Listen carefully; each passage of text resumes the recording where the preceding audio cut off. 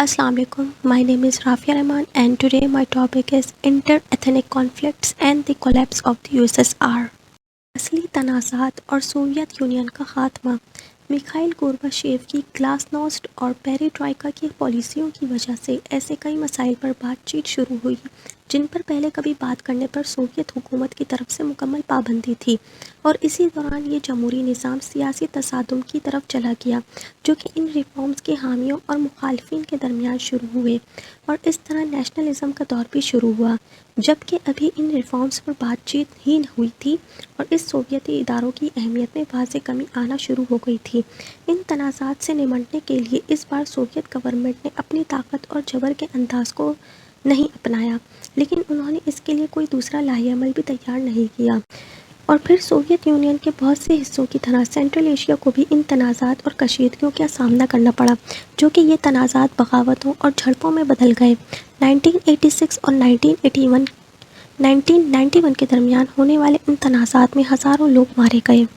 दिसंबर 1986 में अल्मा अता में होने वाले मुजाहिरों के नतीजे में मुजाहिरीन और सिक्योरिटी फोर्सेस के दरमियान झड़पें हुई। ये तनाज़े बढ़कर एक बड़ी बगावत में बदल गए, जिसकी वजह ये बनी कि मॉस्को से आए ऑर्डर की बिना पर काज़ाकिस्तान के लीडर दीन मोहम्मद को बरतरफ करके इनकी जगह एक रशियन गेनेडी कोल्बिन को तैनात कर दिया गया था, जो कि गोर्बाचेव के हामी थे। इस तैनाती के खिलाफ अल्मा अता में हज़ारों लोगों ने मुजाहिरे किए। इन मुजाहिरों को सोवियत ने बहुत बेरहमी से ख़त्म किया। बड़े पैमाने पर गिरफ्तारियां की गईं, कई लोग मुबैना तौर पर मार दिए गए और सैकड़ों लोग ज़ख्मी भी हुए। इन वाक़यात के बाद काज़ाकिस्तान के लोग इस नस्ल परस्ती के ख़िलाफ़ हो गए थे, जो कि रशियंस और काज़िक के दरमियान वाज़ेह नज़र आ रही थी। मई 1989 में तुर्कमेनिस्तान के दारुल हुकूमत अशगाबाद में फसादात शुरू हुए। गाड़ियाँ, दुकानें और पब्लिक प्रॉपर्टीज़ जो कि एथनिक माइनॉरिटीज़ के ज़रिए चलाई जाती थीं, इनको नुकसान पहुँचाया गया। फ़ौरी तौर पर इन फसादात की वजह सामने नहीं आई, लेकिन ये ख्याल किया जा रहा था कि इनकी वजह नस्ली तनाज़ात हैं। इन तनाज़ात में चंद हलाकतों की इत्तलात सामने आई, लेकिन इन मुजाहिरों में होने वाले इक़दाम और इंतहा पसंद नारों ने एथनिक माइनॉरिटीज़ पर बहुत मनफी असरात मुरतब किए। 1989 में काज़ाकिस्तान के मकामी लोगों और एथनिक माइनॉरिटीज़ के रिप्रेजेंटेटिव के दरमियान झड़पें शुरू हुईं, जो कि ऑयल रिफाइनरी और प्रोसेसिंग फैक्ट्रीज़ में काम करते थे। इस फ़िरका वाराना बदअमनी की वजह वहाँ के ख़राब माशरती हालात, बढ़ती हुई बेरोज़गारी और बड़ी तादाद में वहाँ गैर मकामी लोगों का आकर बस जाना था। वहाँ के नौजवानों में इन बातों की वजह से गुस्सा पाया जाता था कि बाहर से आए हुए लोगों को जॉब्स के साथ साथ रिहाइश की सहूलियात भी मैसर थीं, जो वहाँ के मकामी लोगों के लिए होनी चाहिए थी। जून 1989 में उज़्बेक्स और तुर्क के दरमियान होने वाले फ़िरका वाराना तनाज़े शदीद झड़पों में बदल गए। ये तनाज़ात फ़रगोना और कोकंद के कस्बों से शुरू होकर शहरों तक फैल गए थे। एक ऑफिशियल रिपोर्ट के मुताबिक 100 से ज़ायद अफराद हलाक और 1000 ज़ख्मी हुए।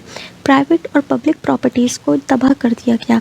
हलाकतों की तादाद बहुत ज़्यादा थी और हालात इतने संगीन हो चुके थे कि मस्केतियन तुर्क की पूरी कम्युनिटी को ही रशिया मुंतकिल कर दिया गया था।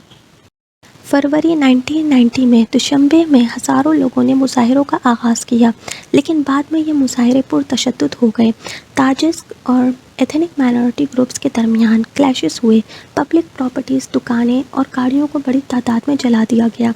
ये बदअमनी एक न्यूज़ की वजह से शुरू हुई थी, जिसमें ये बताया गया था कि आर्मीनिया से रेफ्यूजीज़ को शहर की जानिब मुंतकिल किया जाएगा। ये नकल मकानी लोकल कम्युनिटी के बजट के पैसों से की जानी थी और कम आमदनी वाले मकामी ख़ानदानों के घर इन रेफ्यूजीज़ को दिए जाने थे। इन फसादात के दौरान दर्जनों अफराद मारे गए और कई सौ ज़ख्मी हुए। मुल्क में एमरजेंसी नाफिज कर दी गई और पुलिस और आर्मी को तैनात कर दिया गया। इसके बावजूद कई हफ्तों तक ये फसादात जारी रहे, जिसके नतीजे में एथनिक माइनॉरिटीज़ ने ताजिकिस्तान छोड़ना शुरू कर दिया और 1990 से 1992 के दरमियान तकरीबन 4 लाख लोग मुल्क छोड़ गए। मई जून 1990 में उज़गन और ओश के मकाम पर किर्गिज़ और उज़्बेक्स के दरमियान तनाज़ा पुरतशद्दुद वाक़े में बदल गया। ये तनाज़ा भी एक न्यूज़ के नतीजे में हुआ, जिसमें बताया गया था कि ये किर्गिज़ तहरीक के मुतालबात की बिना पर यहाँ की इंतज़ामिया इनके लिए प्लाटों की तकसीम करने जा रही है, जो कि ज़मीनें उज़्बेक्स के नाम पर हैं। इस खबर के नशर होने के बाद एहतजाज शुरू हुए और पुरतशद्दुद झड़पों में बदल गए।